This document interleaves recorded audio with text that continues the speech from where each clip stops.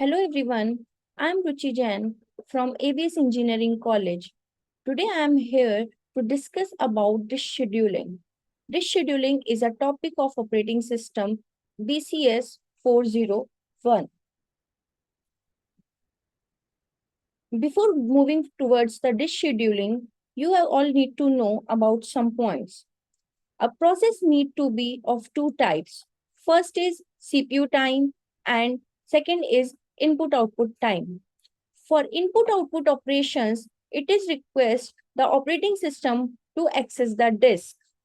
However, operating system must be fair enough to satisfy each request, and at the same time, operating system must maintain the efficiency and speed of process execution.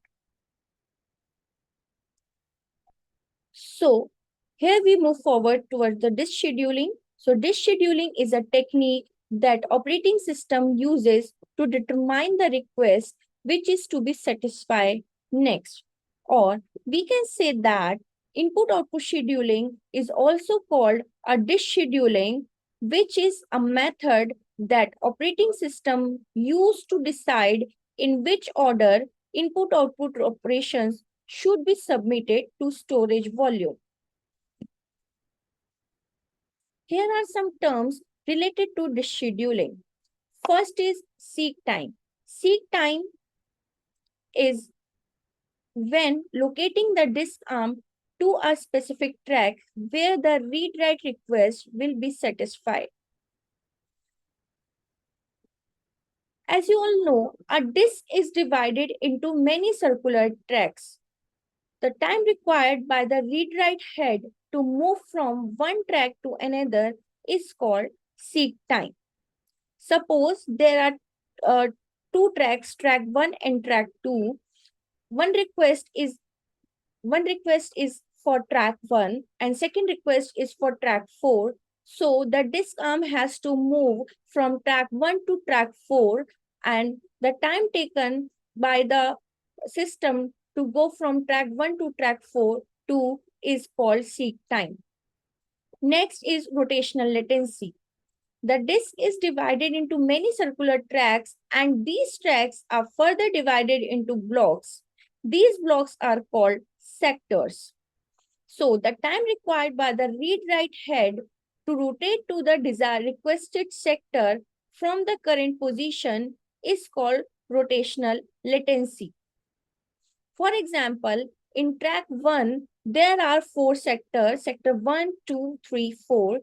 One request is sector 1 and second request is for sector 3. So the time taken to rotate the disk from sector 1 to sector 3 is called rotational latency. Next is transfer time. Transfer time is a time taken to transfer the data from the disk to serve the input-output request. Next is disk access time. Disk access time can be calculated by sum up of rotational latency, seek time, and transfer time. Disk response time. Disk response time is the average of time spent by each request waiting for the input-output operations. Moving further, now we will discuss about purpose of disk scheduling.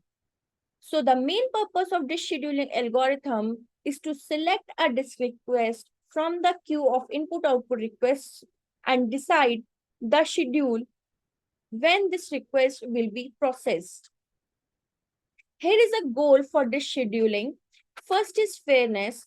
Fairness means the disk is scheduled all the requested in fair manner so that no requests get unsatisfied, which means that no requests get in starvation mode.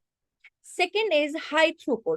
High throughput means all requests should be satisfied or all requests should get responses in an efficient manner so that system throughput get high, which means that a system respond maximum input output request in a minimal time. Next is minimal traveling head time. Minimal traveling head time means traveling from one track to another or one sector to another should be minimal.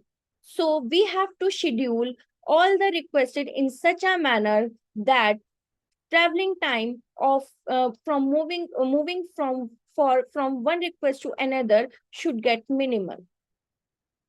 Here are various types of the scheduling algorithm, like first is first come first serve, FCFS, SSTF, shortest seek time first, scan, C scan, look, and C look.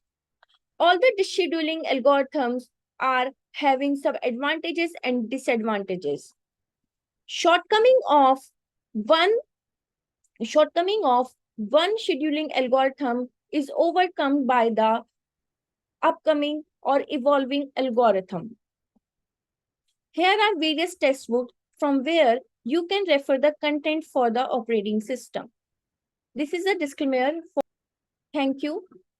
Later on, we will discuss one by one all the scheduling algorithm that we have mentioned in this video.